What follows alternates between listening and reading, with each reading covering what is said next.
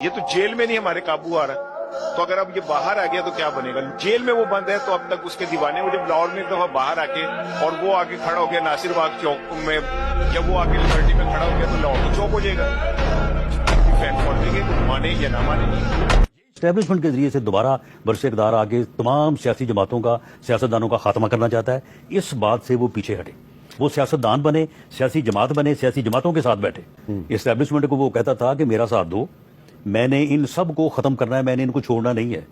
تو اس وقت کی اسٹیبلشمنٹ اس حد تک اس کے ساتھ جانے کو تیار نہیں تھی۔ اس کے اوپر اس کا جھگڑا ہو گیا اور اس نے پھر کہا نہیں ہے کہ جی مجھے اگر پتا ہوتا کہ انہوں نے میرے ساتھ احتساب کے عمل میں جو ہے وہ یہ موقف اختیار کرنا ہے تو میں تو یہ کر دیتا، میں تو وہ کر دیتا۔ وہ احتساب کیا تھا؟ احتساب یہ تھا کہ سب کو ہمیں سزائیں دینی تھی، مجھے اس نے جو ہے وہ ہیرون کے کیس میں جو ہے وہ سزائے موت دینی تھی، یعنی یہ اس کا پروگرام تھا۔ کہتا ہے کہ نہیں میں تو اسی بات پہ ہوں کہ میں نے آپ کو چھوڑنا نہیں ہے، تو پھر جب تک وہ اس بات کے اوپر ہے تو پھر جب تک ہمارا پھر زور چلے گا اس وقت تک تو ہم اسے پھر نہیں آنے دیں گے نا۔ پھر یہ تو بڑی سیدھی سی بات ہے۔ یقین ہے کہ اس آدمی کو دوبارہ اگر موقع مل گیا تو یہ ریاست کی بھی بخیہ ادھیڑے گا، یہ اداروں کی بھی بخیہ ادھیڑے گا، اور یہ سیاسی مخالفین جو ہیں ان کو زندہ گاڑ دے گا اور ان پر ایسے ایسے جھوٹے الزام لگائے گا اور ایسے ایسے فیصلے کروائے گا۔ کوئی یہ فاشسٹ ایٹیچیوڈ ہے، تو جو فاشسٹ ہے اس کو راستہ نہیں پھر ملا کرتا۔ اس لیے عمران کو یہ سوچنا چاہیے، سول سرچنگ کرنی چاہیے کہ اگر اسے راستہ چاہیے تو کیا کرنا ہے، اسے یہ یقین دلانا پڑے گا۔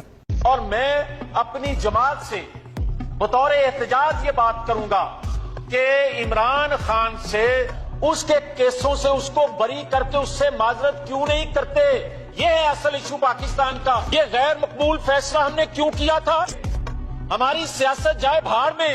اپنے دوستوں نے کہا کہ بھائی اگر یہ آدمی دوبارہ آتا ہے تو ہم اپنا پیسہ ضائع کرنے کو تیار نہیں ہیں۔ یا آج پھر ایک فضا بنتی ہے کہ شاید کل پھر ان کی حکومت آ جائے تو وہ ہاتھ روک لیتے ہیں اور کہتے ہیں کہ اس کے ہوتے ہوئے تو پاکستان میں پیسہ ضائع کرنے والی بات۔ اور قوم کو آج کے اجتماع سے پیغام دینا چاہتا ہوں، اور صرف پیغام نہیں دینا چاہتا، اپنا فرض پورا کرنا چاہتا ہوں کہ اگر پاکستان کی قسمت میں پھر یہ کمبخت ہے کسی لحاظ سے بھی، یہ ملک پھر آپ کا اور ہمارا ملک نہیں رہے گا۔ اب اگر عمران خان آیا تو مسئلہ صرف یہ نہیں ہے کہ صرف عمران خان آ جائے گا تو پھر کیا ہو جائے گا۔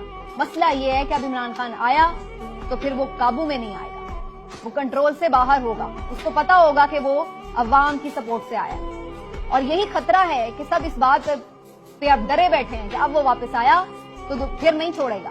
میں انشاءاللہ اگر ہماری گورنمنٹ آئے گی میں تو چھوڑوں گا نہیں، میں تو پکڑ لوں گا آپ کو سب کو، میں تو نہیں چھوڑوں گا۔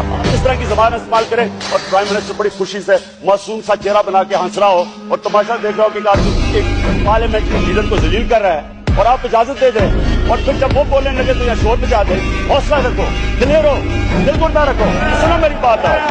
صاف نظر آتا ہے کہ عمران خان نے ریاست کے پورے نظام کو کامیابی کے ساتھ اپنے سامنے گھٹنے ٹیکنے پر مجبور کر دیا ہے۔